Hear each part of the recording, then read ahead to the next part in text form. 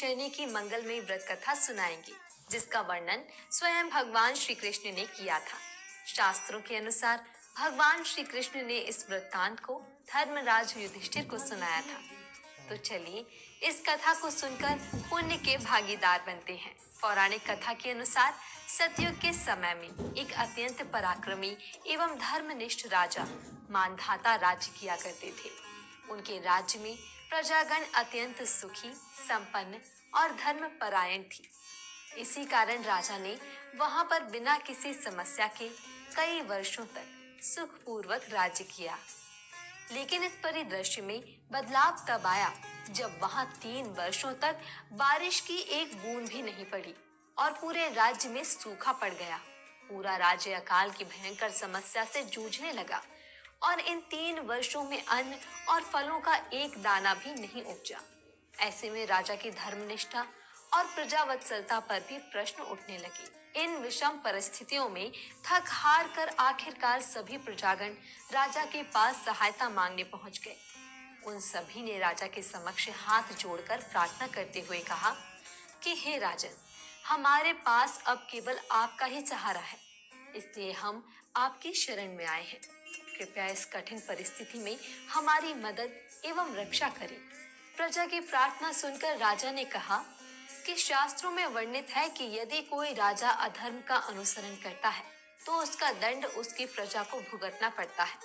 मैं अपने भूत और वर्तमान पर गहरा चिंतन कर चुका हूँ, लेकिन मुझे फिर भी ऐसा कोई पाप याद नहीं आ रहा है। लेकिन फिर भी प्रजा के हित के लिए मैं इस स्थिति का निवारण अवश्य करूंगा। यह संकल्प लेकर राजा अपनी सेना के साथ वन की ओर निकल पड़े। जंगल में विचरण करते हुए वे अंगिरा ऋषि के आश्रम पहुंच गए। राजा ने ऋषि को प्रणाम किया और ऋषिवर ने राजा को आशीर्वाद देते हुए जंगल में आने का कारण पूछा। राजा ने बड़े दुखी मन से ऋषि मुनि को अपनी समस्या बताई।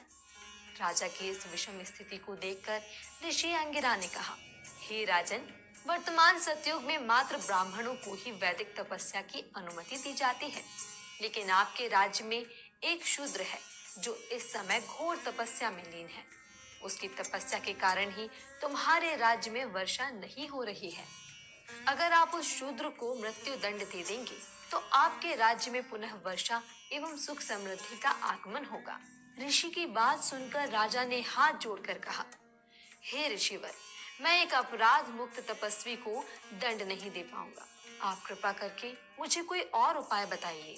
राजा की आत्मीयता को देखकर ऋषि अंगिरा अत्यधिक प्रभावित हुए और उन्होंने कहा, हे राजन, आप अपने परिवार और समस्त प्रजा सहित आषाढ़ मास के शुक्ल पक्ष में आने वाली देवशयनी एकादशी का नियम पूर्वक पालन करें।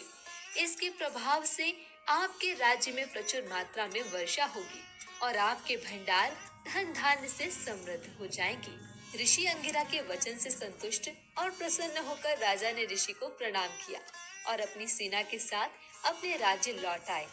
आषाढ़ माह के शुक्ल पक्ष में जब देवशयनी एकादशी आई तो राजा ने समस्त प्रजागण और अपने परिवार के साथ श्रद्धा और निष्ठा पूर्वक उसका पालन किया। इस व्रत के पुण्य प्रभाव से राज्य में पुनः वर्षा हुई और सूखा खत्म हो गया। सभी प्रजागण एक बार फिर से सुखपूर्वक जीवन व्यतीत करने लगे और राजकोष धन धान्य से भर गया। मैं आशा करती हूँ कि इस व्रत कथा के साथ आपकी पूजा भी संपूर्ण व सफल होगी। इस व्रत की पूजा विधि जानने के लिए श्री मंदिर ऐप पर जाना बिल्कुल न भूलें। मैं आपसे लेती हूँ विदा।